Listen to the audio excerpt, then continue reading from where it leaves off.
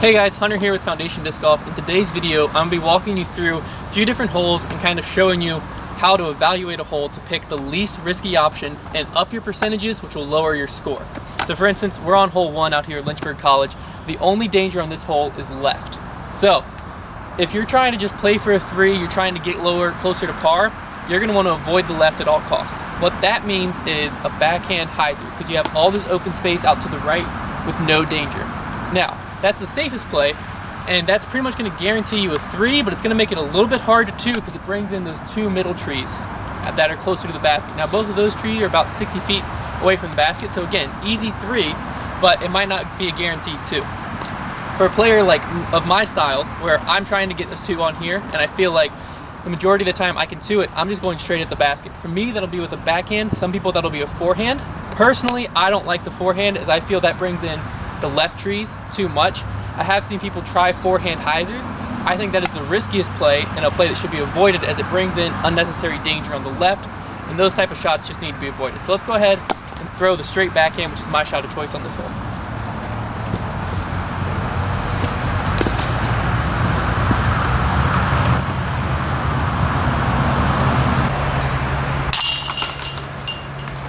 Alright, so we're on hole 2 now. This hole is pretty straightforward. There's only really one shot to throw, so we're not going to talk about it too much. Instead, what I'm going to do on this hole is I'm going to walk you through a little bit of scrambling. So we're just going to say, you know, this hole is just a backhand hyzer. So we're going to say that for some reason, you saw it off a little bit, misread the wind or something, and now you have to scramble. So I'm going to just get this disc in a bad spot, and then we'll go from there.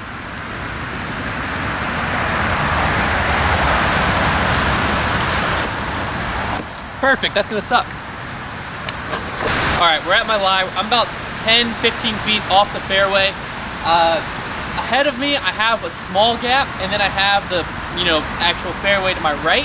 Issue is the basket's about 45 degrees over there to my left. I have to go through a lot of woods to still get to the basket. So I'm gonna play 2 shots here, right? The first shot is the aggressive shot, the shot that I think I could save a potential 3 with. The other shot is the shot I know I'm going to hit every time, but it's not going to get me a 3. It's going to get me probably a jump putt layup for a 4.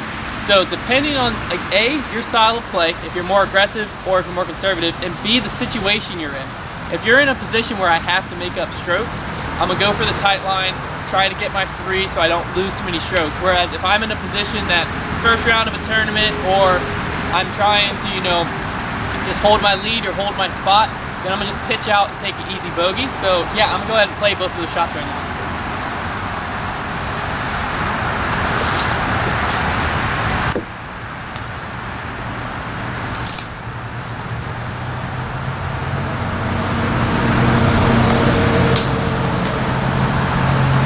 That was the risky shot. So as you can see, it got me out a little bit, but I had to go through 5 trees to even get to that spot, much less get to the basket. So now I'm gonna play the much more safe, much more high percentage shot, and just try to kind of get out into the fairway and then fly around the corner and give myself a little jump putt.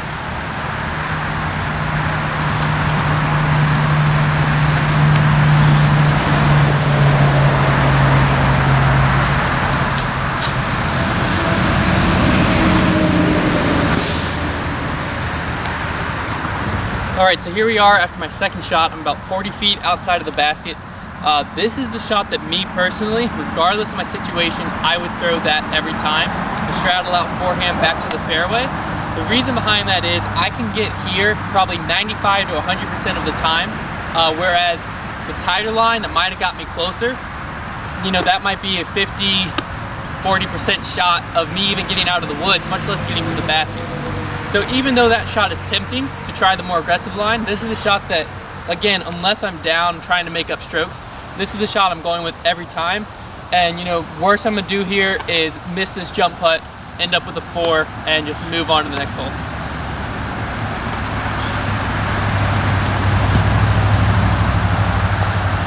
Alright, I'm out here, hole 3, it's a par 4. You have this wide open field that leads up into a tight tunnel, then the basket goes up into there and to the right. This is the perfect hole to kind of talk about this shot selection thing, because the obvious thing that so many people want to do is just punch a backhand or a forehand straight and hard up into that gap. Now, obviously, yes, if you hit that shot, if you throw far if you hit that shot. You might have an eagle putt. If you hit that shot though, regardless, you're gonna have an easy birdie. But what it does is it brings in this whole right side of trees and limbs sticking out and just danger on the right. You know what I mean? So throwing the backhand or a forehand straight and trying to punch it in that gap brings into play a 5 or a 6, which is what you do not want to do on this hole, because out to the left we just have this wide open field. There's nothing going on out here. So instead I can just throw a forehand hyzer or a backhand and hyzer out to the left, let it come back in, try to just lay up short to the mouth of that tunnel, and then from there it's a guaranteed 4 essentially, unless you make a really bad mistake, and a potential 3 because you just have a little bit of a longer forehand straight up into the gap, but you're already in the mouth of the gap. So this is a great hole to kind of practice this, and also to show people who can't come out here and practice a hole like this where you're playing your percentages. In a tournament, I'm always going forehand. You know, yes, in a practice round it might be fun just to punch it up the gut, see how far up there I can get, but in a tournament, playing my percentages, throwing the forehand, and just taking my par as much as I can.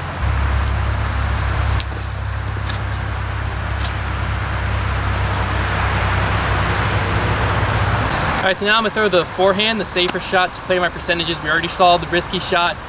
Yes, it will work out sometimes, and yes, it will mess up sometimes. So this shot should, you know, always get me a 4. This is just a Z zone foundation stamped on it. This one's a misprint, but we do have the non-misprints available on our website. So here we go.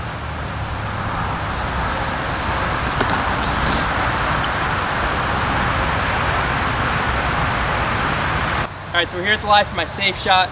It's a little bit shorter than I normally like, but you know, I have a much easier access to this tunnel. I'm gonna just throw a forehand up in there.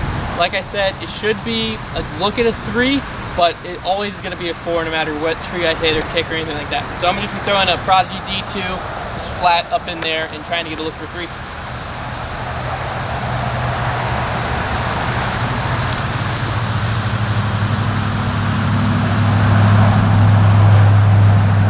All right, so that's gonna be a little bit sawed off, probably about 40 feet or so right, but I'll have a jump putt for birdie and an easy par, and that's with a mistake.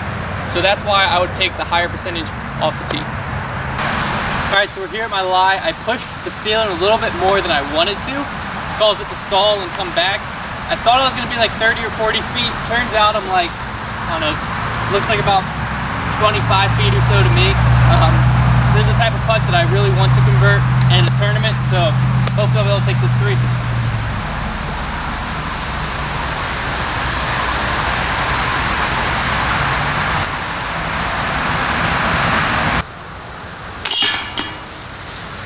All right, we're out here on hole 4. This is gonna be the last hole of this video. This is pretty typical, you know, just a par. I say 3.5. It's like 600 feet, wide open. The only danger on this hole is left and right, there's woods. So why I wanted to come to this hole specifically was this is the type of hole that a lot of amateurs and, you know, different players will come up to this hole and they'll just want to go big. They just want to see how far down there they can get. And, you know, in practice, again, that's fine, go for it, have some fun. In a tournament, you never want to throw 100% power. The max you want to throw is probably 80-85% power, because then you still have some control. So on this hole, if you really power up, yeah, you might be able to get a jump putt on this. But most of the time, you're going to end up hyzering out early in the left, cranking over it too much and being early in the right, and you're going to have to scramble and try to save a 4, whereas there's no reason not to 3 this hole every time. And if you 3 this hole every time, that's the same as getting a 2 on it once and a 4 on it the next time. But a 3 is going to be a lot easier to come by. So what I'm going to do personally, and what I always do on this hole, is I just take some power off, throw a smooth hyzer flip, and just try to get in the middle and not really worry about how far down there I get. So yeah, let's go ahead and do it. All right, so like I said, I'm going to just throw a disc out there smooth on some hyzer. This is just a Glimmer F5 from Prodigy. Just going to try to get it to flip over some, ride down there, and end up in the middle.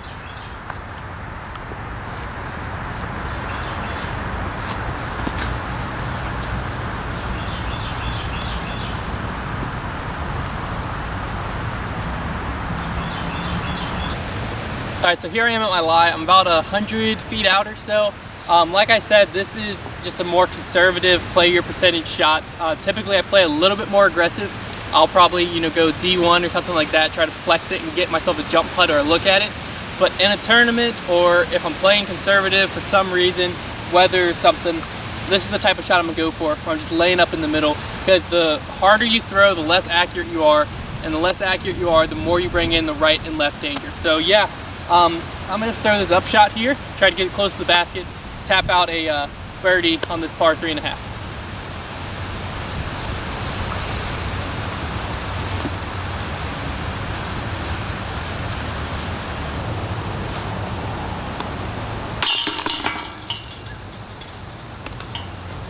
Alright guys, thank you so much for watching. Hopefully you got at least something beneficial from this video. I really just kind of wanted to walk you through, get you thinking about your own game and your shot selection, and have you just kind of look at the holes in a little bit different way, see where the risk is and just what shot you can do to avoid that completely.